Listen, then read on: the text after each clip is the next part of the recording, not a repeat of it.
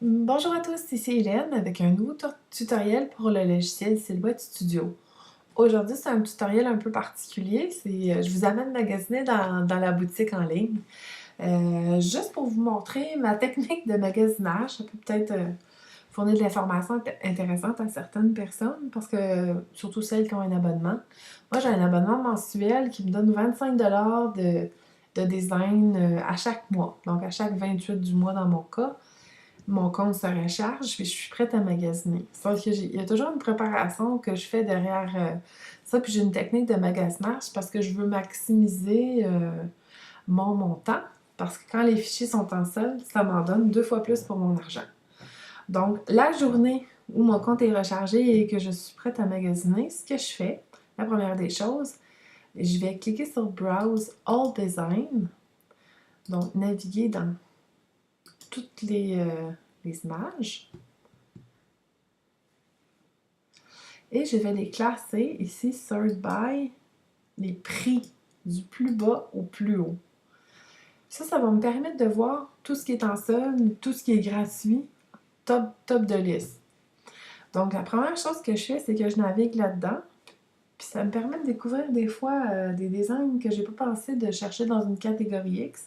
On peut faire des découvertes super intéressantes. Parce qu'ils sont classés d'une certaine manière, puis ils sortent pas tout le temps ou on les remarque pas tout le temps.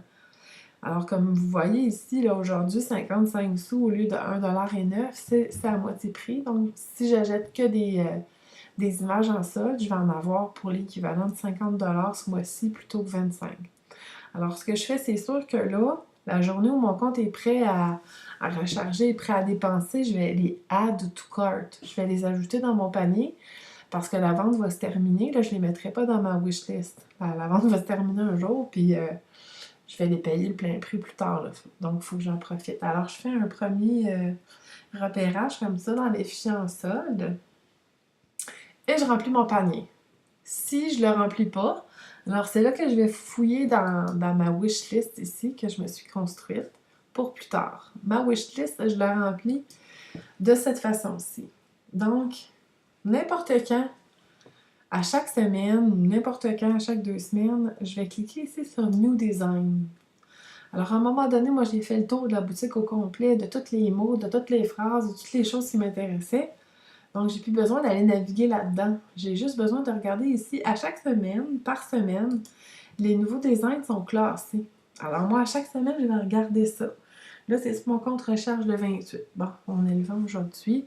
Je magasine à toutes les semaines. Alors, je les regarde. Là, ils ne sont pas nécessairement spéciales. Bon, un petit oiseau, super le fun. Je l'ajoute à ma wish list.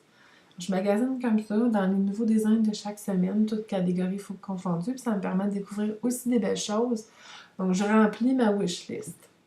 Alors, à ce moment-là, quand va arriver le moment de mon magasinage, je remplis mon panier avec des items en solde et je complète avec ma wish list. Un petit conseil par contre, c'est sûr que là, ma wishlist, comme vous pouvez voir, est super pleine. J'ai beaucoup de choses en avance. Puis aussi, ce que vous pouvez faire, quand vous dites « Ah, regardons ça dans ma wishlist, tout d'un coup, il y a quelque chose qui vient de tomber en spécial. Je l'achète. » Donc, on peut surveiller ça aussi.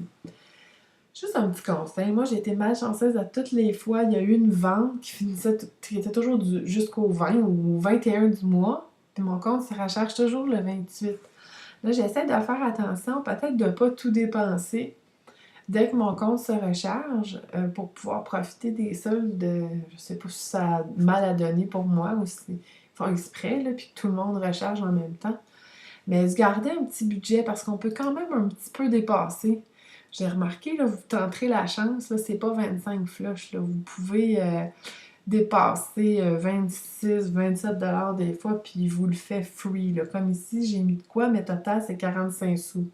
Donc, il faut faire attention. Fait que c'est cette technique-là que j'utilise, puis à date, je pense que ça me permet là, de maximiser mon abonnement, puis de faire des belles découvertes en même temps. Alors, j'espère que ça vous a plu.